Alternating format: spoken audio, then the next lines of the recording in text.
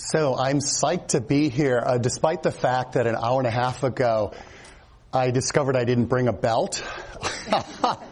So when the jacket comes off, that isn't an ill-conceived fashion statement. It's just, need to do that checklist manifesto if any of you are familiar with that work. So one of the things that I want to start off with this. One of the things I find really helpful and interesting is to pay attention to experiences that I have for the lessons that are present in them.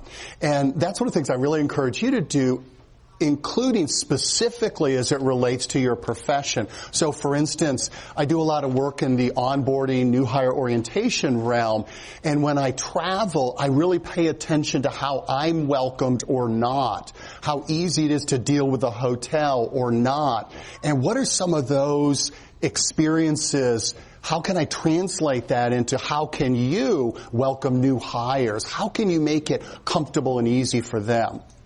So that's the setup.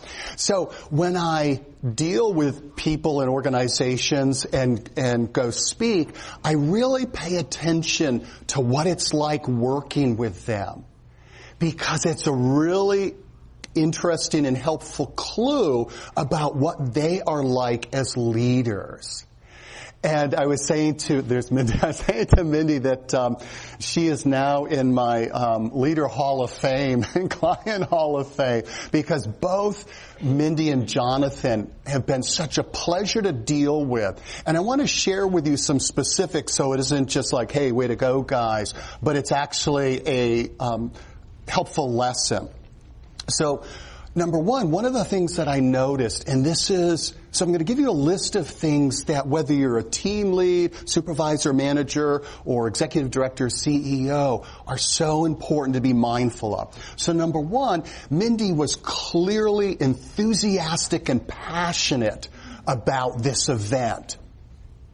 And so it wasn't just this transactional, business as usual, okay, let's just get this done. She was clearly into this and the difference that it would make in your community.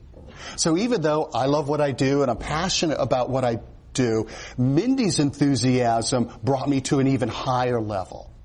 So ask yourself, am I inspired with my work? Am I inspired about what we do? And am I communicating it not just in words, but just how I show up? Number two, and this is huge, and we'll talk more about this later. There's a mantra that I like to share when I'm working with managers and even more so senior leaders. And think about this in your own life, and this will come up in the slides. When we're careless in our treatment of people, we teach them to care less about us. Think about your own experience. I'll just give you a bad version and then a Mindy and Jonathan version. So oftentimes, and I'm sure you've experienced this in your career, I will email a client or soon-to-be client about something that they asked for, and then I don't hear back if they received it or not. Think about your own experience with that, and you're left wondering, like, did they get it? Did they not? I don't want to badger them, but I don't want to assume they got it and they're waiting for me. That sort of awkward kind of feeling, and then you do check in. They're like, oh yeah, I got that, and you're like, it would have been nice to let me know.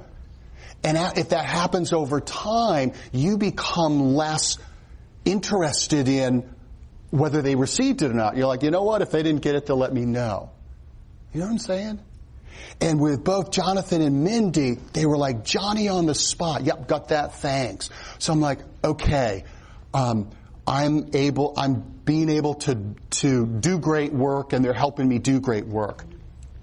Speaking of that, both of them, the whole vibe was constantly, what can we do to help you succeed? What can we do to help this be a great event? So think of your own experience as an employee with different managers that you've had, where some, maybe they were just feeling beleaguered because they had so much to do. It felt like if you asked for what you needed to do a great job, you were being seen as like an annoying life form You've ever had that experience where others, they're super busy and they're still, let me know, whatever you need, we'll take care of that if at all possible.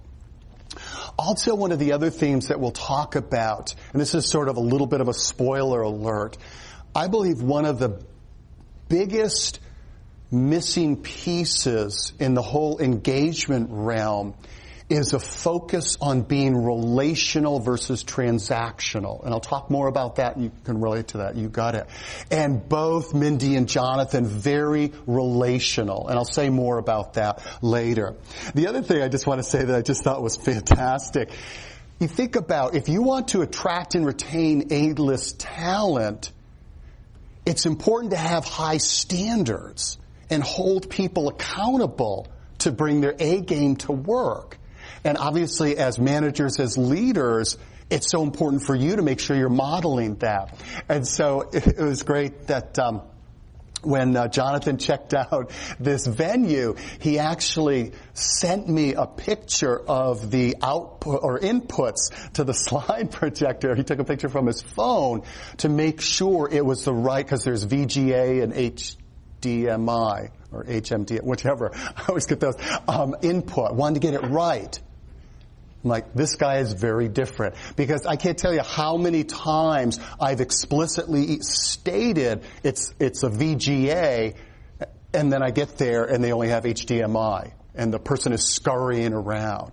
So those are a few takeaways before we even start to get yourself thinking about, am I doing the things that naturally foster high engagement?